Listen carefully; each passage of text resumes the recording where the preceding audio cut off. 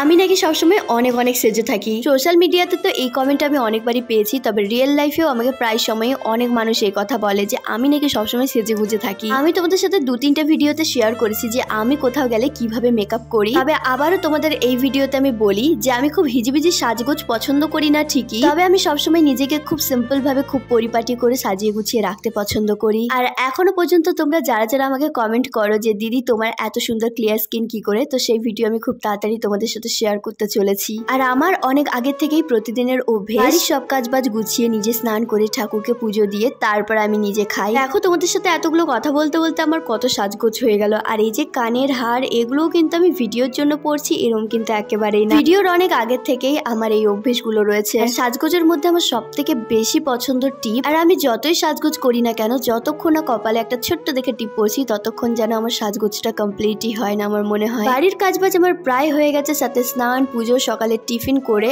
এখন আমি চলে এসেছি রান্নাঘরে। আর রান্নাঘরে দিনের বেলার খাওয়ার মানে ভাত তো করতেই হবে। নমিতা বালা বলে এক দিদি আমাকে কমেন্ট করেছিলেন যে সুস্মিতা তোমাদের এতটুকু চাল তোমরা বাড়িতে খাও কতজন? আমাদের বাড়িতে ভাত খাওয়ার মতো লোক মাত্র 3 জন, আমি আমার হাজবেন্ড এবং সিনু যদিও না খাওয়ারই লিস্টে থাকে। আর এখানে দেখো আজকে আমার হাজবেন্ড কত কিছু সবজি বাজার করে নিয়ে এসেছে। তবে এই যে প্যাকেটের মধ্যে আমি এখন ভরছি এগুলো কিন্তু পাগলিদির জন্য সবজি ভরছি।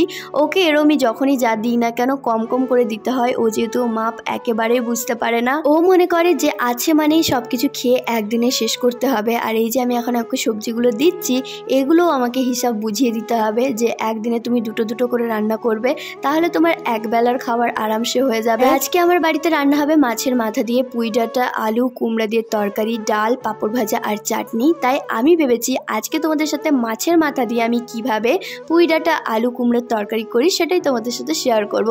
যদিও আমি যখনই রান্নাবান্না করি, যেমনটা তোমরা এখন জেনেই গেছো, আমি নিজেও যেমন সিম্পল থাকতে পছন্দ করি আর আমি রান্নাবান্নাগুলোও কিন্তু একটু সিম্পল ভাবেই করার চেষ্টা করি। মানে ওই খুব বেশি তেল মশলা ঝাল এই জিনিসগুলো আমি একটু এড়িয়েই চলি। মানে ওই একটা সুন্দর রেসিপি বানানোর জন্য ঠিক যতটুকু দরকার ততটুকুই দিই। আর আমার হাজবেন্ডও খুব বেশি তেল মশলা একেবারে পছন্দ করে না। আর এই সব কিছু মেনে চলতে পারি বলেই হয়তো আমার হাজবেন্ড আমার হাতের রান্নায় সব থেকে বেশি পছন্দ করে। কড়াই তেল গরম করেই সবার ফার্স্টে আমি পাঁপড়গুলো ভেজে নিচ্ছি। পাঁপড় ভাজা কমপ্লিট। এখন আমি মাছের মাথাগুলো ভেজে নিচ্ছি। ওই 10 মিনিটের মধ্যে আমার মাছের মাথাগুলো ভাজা কমপ্লিট। আমি এখন এই মাছ ভাজা তেলেই তরকারিটাও রান্না করব, সেই জন্য গরম তেলের মধ্যে আমি দিয়ে দিলাম 5 ফোড়ন কিছুটা পরিমাণে, তারপরে দিয়ে দিলাম 2টো বড় বড় সাইজের তেজপাতা। ফোড়নটা হালকা ভাজা ভাজা হয়ে গেলে দিয়ে দিয়েছি এখন আমি সব সবজিগুলো। আর এই মিক্সড যে ভেজ সবজিটা, এটা কিন্তু দেখতে মারাত্মক সুন্দর হয়, সাথে টেস্টিও প্রচন্ড হয়। আর সাথে যদি একটা মাছের মাথা থাকে তাহলে তো একেবারে ব্যাপারটা জমেই ক্ষীর। যাই হোক, সবজিগুলো হালকা হালকা ভাজা ভাজা করে নেওয়ার পরে আমি আদা আর পেঁয়াজ দিয়ে একটা পেস্ট বানিয়ে নিয়েছিলাম, সেটা দিয়ে দিলাম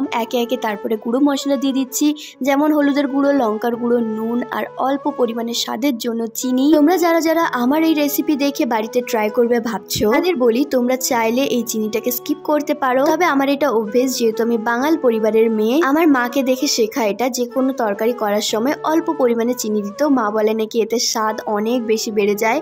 আর সত্যি পাঁচমিশালি তরকারি না একটুখানি ঝাল নুন মিষ্টি এরম হলে একটু বেশি বেশি ভালো লাগে আমার। সবকিছু একসাথে ভালো করে কষিয়ে পরিমাণ মতো জল দিয়ে নুন চেক করে কিছুক্ষণ ঢাকনা দিয়ে রেখে দেবো। এদিকে সুনীলের যে ডিউটি যাওয়ার টাইম হয়ে যাচ্ছে, সেই দিকে তার কোনো হুঁশই নাই। এখানে আমি ওকে এসে এটাই বলছি যে গাড়িতে আছে ঘড়ি, হাতেও পরে আছো ঘড়ি, তাহলে টাইম দেখে কেন তুমি যাচ্ছ না তাড়াতাড়ি রেডি হতে? তো যাই হোক, আমি বাড়ি এসে দেখি আমার তরকারিটাও হয়ে গেছে রেডি। আর প্রচণ্ড পরিমাণে টেস্টি হয়েছিল, মারাত্মক ভালো লেগেছিল কিন্তু এই রেসিপিটা। তোমরা যারা যারা এখনও এই রেসিপিটা ট্রাই করোনি প্লিজ ট্রাই করো। সাথে আমার ভিডিওটা কে কোথা থেকে দেখছো সেটাও কমেন্ট করে জানাতে কেউ ভুলো না। সাথে আমার পেজটাকে অবশ্যই ফলো করে দিও। কার্তিক পুজো ছিল পাশের বাড়িতে, সেই কারণে আমি পাগলি দিদি আর সিনু চলে এসেছিলাম। সাথে দেখো আমাদের পুচকি পাশে বসে রয়েছে, ওর মায়ের ওপরে নাকি ওর রাগ হয়েছে, সেই জন্য আমার সাথে আজকে খেতে বসে গেছে। বাই বাই গাইস, সবাই ভালো থেকো।